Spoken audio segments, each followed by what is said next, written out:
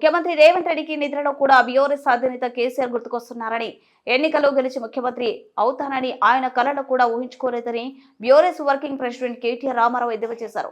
36 పర్యాయాలు ఢిల్లీకి వెళ్లిన సీఎం రేవంత్ కనీసం మంత్రివర్గ విస్తరణ చేసుకోలేకపోతున్నాడని, కీలక వ్యాఖ్యలకు మంత్రులను కూడా నియమించుకోలేని అసమర్థుడిగా మిగిలిపోయాడన్నారు.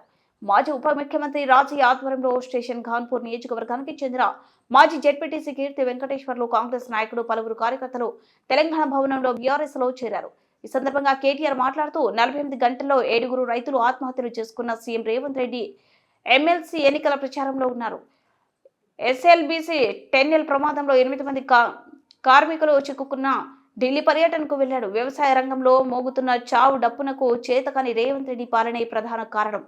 ఆత్మహత్యలు చేసుకున్న రైతుల కుటుంబాలకు ఆదుకునేందుకు ప్రత్యేక ప్యాకేజీ ప్రకటించాలన్నారు. కాంగ్రెస్ వాడు కుయ్యనడు.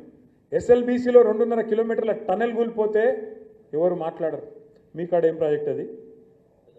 పెద్దవాగు ఖమ్మం దగ్గర కొట్టుకపోతే, ఆ బ్రిడ్జ్ కొట్టుకపోతే ఎవడు ఎన్డీఎస్ఏ మాట్లాడాడు, ఎవడు ఎన్డీఏ మాట్లాడాడు. చూడండి, ఇలా రేవంత్ రెడ్డికి రక్షణ కవచంలాగా ఉన్నది ఎవరో కాదు, బీజేపీ. నేనేదో ఉత్తగా చెప్తలేను ఈ మాట. లేకపోతే మేడిగడ్డల పర్రె పట్టింది అని రేవంత్ రెడ్డి అనగానే తెల్లారే వరకు వాడొచ్చి వాలిపోలే గద్ద లెక్క. బీజేపీడు ఎన్డీఎస్ఏ అని వస్తుంది, national dam safety authority.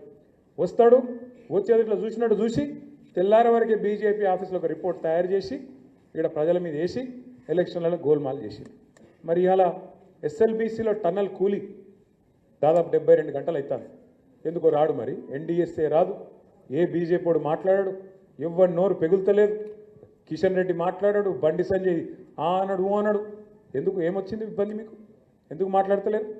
Sunkishala retaining wall కూలిపోతే దాని మీద ఒక సోదరుడు మహబూబ్నగర్ జిల్లాలో గవినోల శ్రీనివాస్ అని ఉంటాడు, ఆయన ఆర్టీఐ కింద దరఖాస్తు పెట్టుకున్నాడు. ఎంత నష్టమైంది, ఎందుకు కూలిపోయింది చెప్పాలి. కాంగ్రెస్ ప్రభుత్వం అవినీతి వల్ల కూలిపోయిందా, ఏమిటికి కూలిపోయింది చెప్పాలి అంటే ఏం ఆన్సర్ ఇస్తారు తెలుసా? ఏం జవాబు ఇచ్చారు ఎరికేనా? ఇది దేశ భద్రతకు సంబంధించిన అంశం, మీకు చెప్పమాట. ఏది రిటైనింగ్ వాళ్ళు సుంకిశాలలో కూలిపోతే అది దేశ భద్రతకు.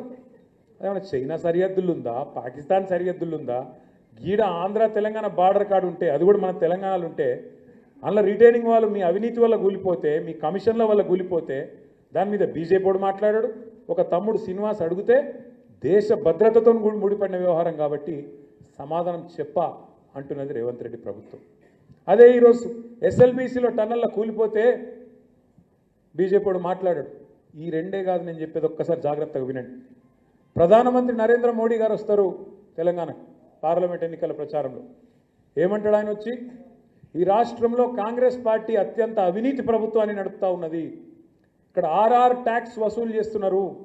RR tax, Rahul Revanth tax వసూలు చేస్తున్నారు. ఒక్కొక్క బిల్డర్ దగ్గర హైదరాబాద్లో స్క్వేర్ ఫీట్కు 150 రూపాయలు వసూలు చేస్తున్నారు అని ప్రధానమంత్రి గారు వచ్చి ఏప్రిల్ మాసంలో గర్జించిపోయింది.